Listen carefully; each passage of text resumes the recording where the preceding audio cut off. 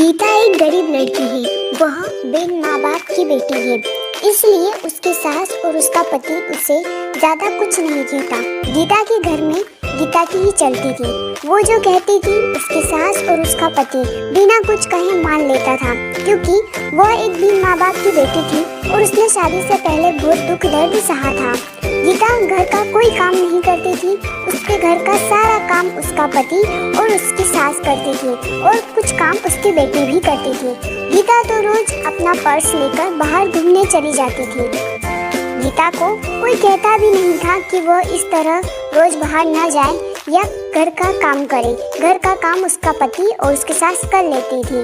लेकिन एक दिन उसके पति को उसकी सास ने कहा कि बेटा, गीता को ना रोको टोको तो उसको समझाओ कि इस तरह रोज बाहर जाना सही नहीं होगा। हाँ, वो बाहर जा सकती है, पर वो अगर कभी कभार जाए तो ठीक है, लेकिन अगर वो इस तरह रोज बाहर जाएगी तो हमारे समाज के लोग क्या कहेंगे। ये सब सुन के गीता का पति बहुत परेशान रहने लगा। उसे समझ ही नहीं आता था कि वो करे तो क्या करे। अगर वो गीता को कुछ कहता था तो गीता नाराज हो जाती। उसे समझ ही नहीं आता कि वो करे तो क्या करे। वो गीता को कुछ ज़्यादा बोल भी नहीं सकता था और वो ना ही माँ की बात टाल सकता था। इसी तरह गीता रोज अपने ससुराल वालों को कुछ न कुछ कहती रहती। घर में कुछ भी करना हो गीता की ही चलती थी। वो अपने पति और अपनी सासू को बहुत बातें सुनाती थी। अगर उनसे कोई काम ठीक से नहीं होता तो भी वे उन्हें डांट लगाती थी। फिर भी उसका पति और उसकी सास चुपचाप उसकी सारी बातें सुनते रहते थे, ये सोचकर कि कभी ना कभी गीता को एहसास होगा कि वो जो व्यवहार करती है वो सही नहीं है। हम उसे लाड़ प्यार करते हैं, इसका मतलब ये नहीं कि वो हवा में उड़ने लगे। पर ये बात कभी उसके ससुर ने और उसके पति ने उसके मुंह पर नहीं कही। उन्हें सिर्फ इसी बात का विश्वास था कि कभी न कभी उसे इस चीज का एहसास होगा। एक दिन ऐसे ही गीता अपनी सहेली रश्मि से मिलने जाती है। वो दोनों काफी दिनों के बाद मिलती है। रश्मि उसको सारी बातें बताती है कि कैसे उसकी सासू उस पर अत्याचार करती है और उसका पति भी उसकी सास की मदद करता है, उसे कुछ नहीं कहता। उसकी सास उसके पति को उसके खिलाफ भड़काती भी रहती है।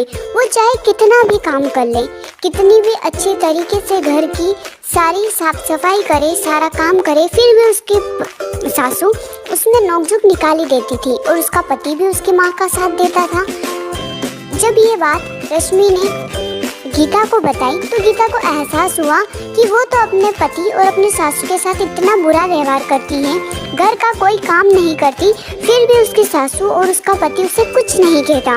वो उन्हें बार बार छोटी छोटी चीज़ों के लिए हजारों बातें सुनाती है, फिर भी उसके सासू ने उसे कभी नहीं डांटा।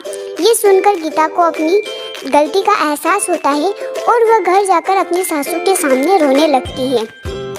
उन्हें सब बात बताती है कि उसे उसकी गलती का एहसास हो गया है कि उसने कितना गलत किया।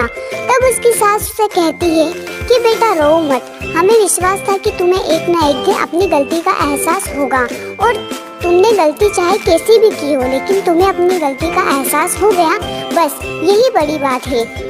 अब हम सब साथ मिलकर हंसी खुशी रहेंगे। तुम बिल्कुल शौक मत मनाओ, क्योंकि हमें पूरा भरोसा था कि तुम एक अच्छी लड़की हो और तुम्हें एक न एक दिन अपनी गलती का एहसास जरूर होगा। इसके बाद गीता और उसका परिवार साथ मिलकर हंसी खुशी रहने लगा। वो सब मिलकर सारा काम करते और हंसी खुशी जीवन यापन करते। अगर आपको स्टोरी अच्छी लगी हो तो वीडियो को लाइक और चैनल को सब्सक्राइब जरूर करें। हमारे YouTube चैनल को सब्सक्राइब करने के लिए नीचे दिए गए सब्सक्राइब बटन पर क्लिक करें। हमारी वीडियो को लाइक करें, शेयर करें और अच्छे कमेंट करें।